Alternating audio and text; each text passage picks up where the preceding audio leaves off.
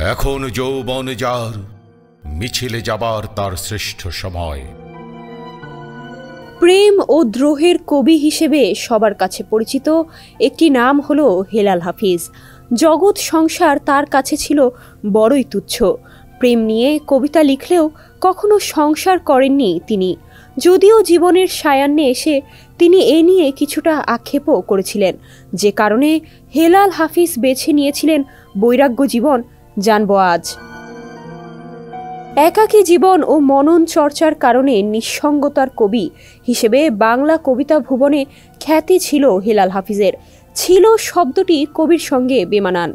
তারপরও বলতে হয়, নিঃসঙ্গতার যে বন্ধনে জড়িয়েছিলেন কবি, সেখান থেকে তিনি চলে গেলেন আরও গহীনে, গহীন গগনে।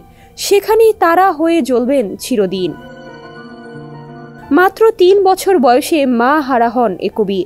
মায়ের মৃত্যুর পর বাবাই ছিলেন তার সব কিছু, কিন্তু সে বাবাও চলে যান ১৯৭৩ সালে। বাবার মৃত্যুর পর বড় একা হয়ে পড়েন হেলাল হাফিজ।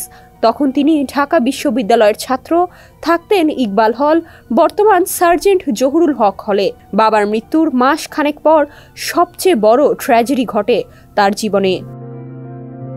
কবির প্রেমিকার নাম ছিল হেলেন। হঠাৎ একদিন ওই প্রেমিকা তাকে ডেকে বলেন, কবি, তোমার সঙ্গে আমার জরুরি কথা আছে।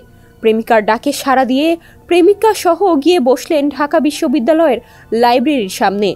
তখন প্রেমিকা জানান তিনি বিয়ে করতে যাচ্ছেন। তার বাবা মা তার বিয়ে ঠিক করেছেন। ছোটবেলা থেকে হেলাল হাফিজ ছিলেন খুব সহনশীল ব্যক্তিত্বের। প্রচণ্ড সহ্য শক্তি ছিল তার। তাই ভেতরের ঝড় বুঝতে দিলেন না প্রেমিকা হেলেনকে।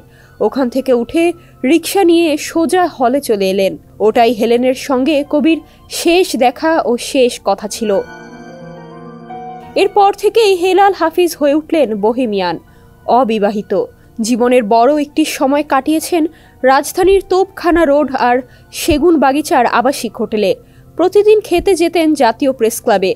তিনি ছিলেন প্রবলভাবে রাজনীতি সচেতন। ব্যক্তি জীবনে খুব শান্ত আর অন্তর্মুখী স্বভাবের মানুষ ছিলেন হেলাল হাফিজ। কবি হেলাল হাফিজ সব সময় বলতেন, আমার জীবনে যারা আমাকে ভালোবেসেছেন তাদের সবার প্রতি আমি আজীবন কৃতজ্ঞ, আর যারা আমাকে ভালোবাসেননি তাদের প্রতি আরও বেশি কৃতজ্ঞতা, কারণ তাদের অবহেলা, অনাদর, প্রত্যাখ্যান আর ঘৃণাই আমাকে কবি বানিয়েছে।